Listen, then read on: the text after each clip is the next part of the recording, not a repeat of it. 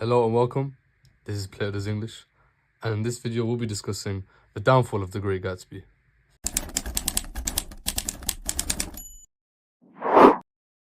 Okay, so as usual, before we start explaining everything, just some knowledge, Hinterland knowledge that I want you to understand and apply.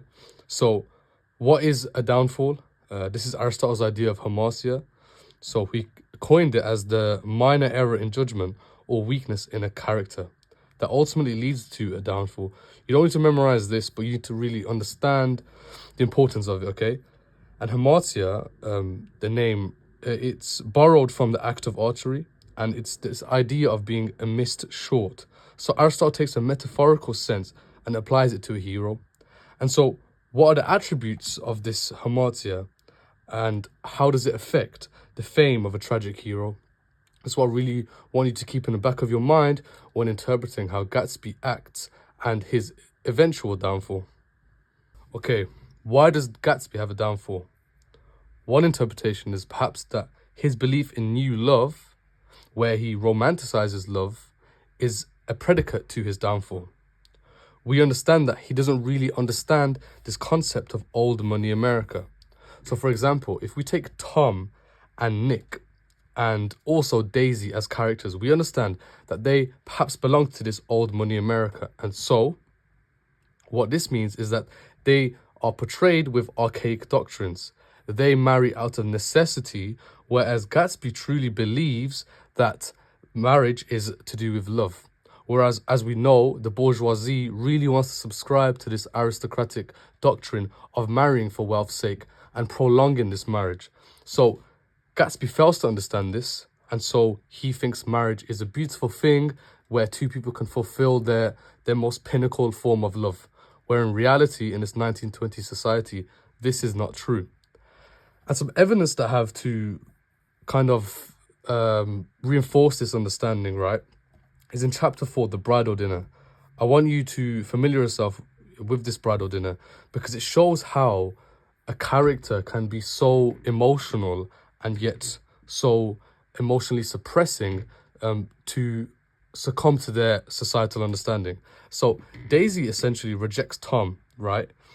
Nick tells Jordan this, where Daisy is crying and crying, and we see how this pearl necklace is used as a metaphor.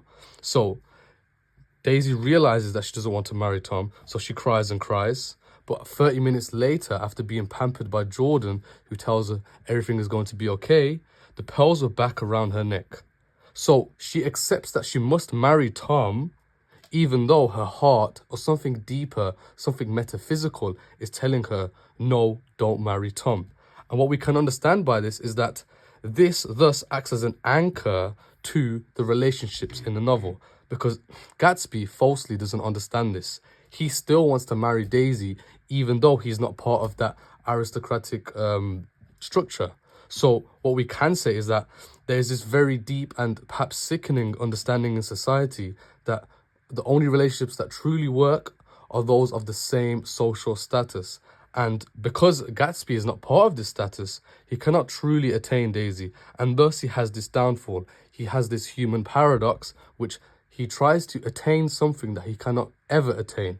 And so this is why he becomes this dwindling character, as we will see in later stages.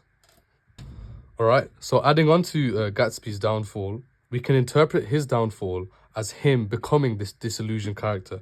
Okay, so in chapter 5, we have this really clear emphasis on this materialism, these t-shirts, and this alludes to Gatsby's confusion.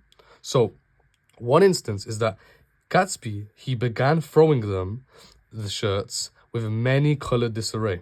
Okay, and so first of all, from this understanding, we can say straight away that this colored disarray is a representation of the kaleidoscope of emotions that Gatsby has portrayed, okay? So what I mean by this is that Gatsby, in one moment, loves Daisy, and another moment realizes he can't have her, but also simultaneously wants her. So this many-colored disarray, rather than just being the mere t-shirt, is actually his inner conflict seeping through. And the fact that this is done through this kaleidoscope of colors showcases Fitzgerald's almost poetic understanding of happiness and of betrayal, essentially, because he utilizes this mixed media approach, which can really emphasize his turmoil, his inner turmoil. And so, as a response to this, Daisy says that they're such beautiful shirts, she sobbed. And while she cries here, this isn't a moment of Daisy being like this blonde girl era, if you understand what I mean by that. It's not her being a dumb blonde. She's actually smarter than we may think, because while she cries here, she expresses this pathetic reaction because she understands at this moment that this isn't a burning desire portrayed by Gatsby for love, but rather it's a burning desire for disillusion. He doesn't understand why he's so angry and why he has these kaleidoscope of colors, i.e. the shirts. He just understands that he needs them, but why? Daisy clearly doesn't want that. Although she's this old money, she clearly doesn't find this as a sufficient amount to be loved by. And so what we can say is that here truly Gatsby is this damsel in distress. He doesn't understand his own emotions, but he knows that he wants Daisy, and this is thus why he has this really existential downfall, and we can see this quite clearly in chapter 5. Okay, and just to round off there, a really important aspect that I want you to understand as an additional information is a critical perspective. As you're already aware, you're going to have to use these in your exams. And so one critical perspective, which I think is really easy for you to use at the start of your essays, is from Ronald Berman. He says that the closest relationships are not with each other, but with published advertised images. And essentially, from this, we can interpret Berman's understanding as an overview of society, right? Not just that of Gatsby's society in the novel, but he's essentially stating that people only really mess with each other if they have certain requirements, certain tokens. And we can say that this is true because in chapter 5, as we see Gatsby's confusion, he really wants to attain Daisy through these materialistic and published attempts. And so this sentiment is truthful and is evident throughout the novel. And thus, what we can start our essay by saying is that perhaps Ronald Berman's understanding is a true aspect of society, and Gatsby reinforces this.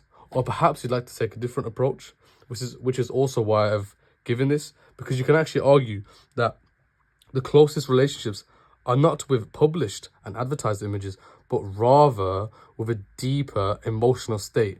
And we could actually use Gatsby in this sense. So I really want you to try and look out for these critical perspectives, as they can offer an interesting and very nuanced understanding to your argument. Okay, just to finish up now, I'm putting forward this thinking experiment that you'll see in all of my videos. So the first experiment is, I want you to understand the literary canon, and I want you to ask yourself, does this downfall play into conventions? So for example, in all the other examples of downfall, for example, in that of Othello, his denouement, is this evident, or does it play into these type of conventions? If it does or it doesn't, please emphasize this in your exam. Number 2 is, are there any other parts in the novel that indicate a downfall? So in chapter 5 and chapter 4, we see how Gatsby has become disillusioned. Are there any other examples where he portrays this same trait and thus becomes this flawed character? Does he have a hamartia in any other parts of the play? And so number 3, another experiment is, can a holistic approach be posited? And what I mean by this, if you don't already know what holistic means, can a ultimate or a well-rounded approach be given? And one example is that perhaps Gatsby is not a victim to downfall, and rather you could say he's a victim to society. And if you can find a link there, please expand on that. Okay. Number 4, what can be said about Berman's perspective? Like I alluded to before, is this approach that Berman is trying to maintain, that all the characters essentially aren't close with each other, but rather close with each other's tokens and materialism? Is this a powerful understanding, and is it true? And for the final experiment, I want you to think about if there are any other characters who subscribe and are essentially falling victim to a downfall. For example, is Daisy fallen? Is Tom fallen? Is Nick fallen? Or is Jordan fallen? And I really want you to think about that because it offers a really poignant explanation in your essays. Okay, so thanks for watching. This is Plato Does English. If you like my content, subscribe. If not, it's okay. Hope you have a lovely day. Bye-bye.